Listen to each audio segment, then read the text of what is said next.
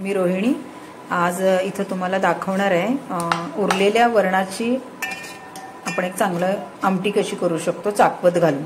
काही वेळेला आपलं वरण जास्त उरतं, अंदाज येत नाही। हां, तर आपल्याकडे कुठलीही पालेभाजी असेल तर आता माझ्याकडे हे चाकवत आहे, हे मी धुवून घेतले। तसंच लसूण आणि कढीपत्ता घेतलेला आहे। तर आपण गॅस चालू करूया। तेल घातलेलं आहे। काही वेळेला आपला अंदाज चुकतो, त्यामुळे काही डाळ आपली उरती। काही पालेभाज्या असतात, मेथी असेल, पालक असेल, चाकवत असेल, ह्या सगळ्या पालेभाज्या तुम्ही वापरू शकता। आता मी तर तेल घातले। ह्याच्यामध्ये आपण आता दरवेळेसारखं मोहरी, आपलं फोडणीचं सामान आपण घालायचं आहे। आपलं आता हे तापलेलं आहे। थोडीशी परत तुम्ही हळद घालू शकता, मेथीचे दाणे घालू शकता आणि इथे आपण आता हे लसूण आणि कढीपत्ता घातलाय। त्यामध्ये आपण हे चिरलेलं चाकवत घालायचं। थोडंसं आहे, मी थोडंसंच घातलंय।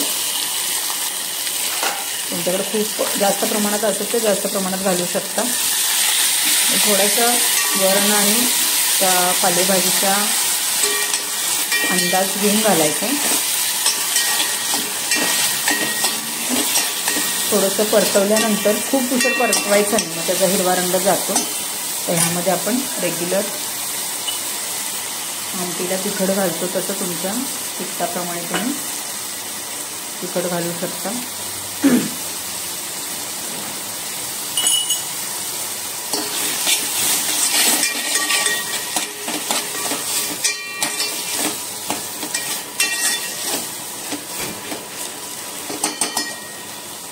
आपण उरलेलं वरण ह्यात घालून टाकलं। तर यामध्ये तुम्ही चवीपुरतं मीठ आणि गूळ फक्त घातलं की आपली ही उरलेल्या वरणाची छान अशी आमटी तयार झाली।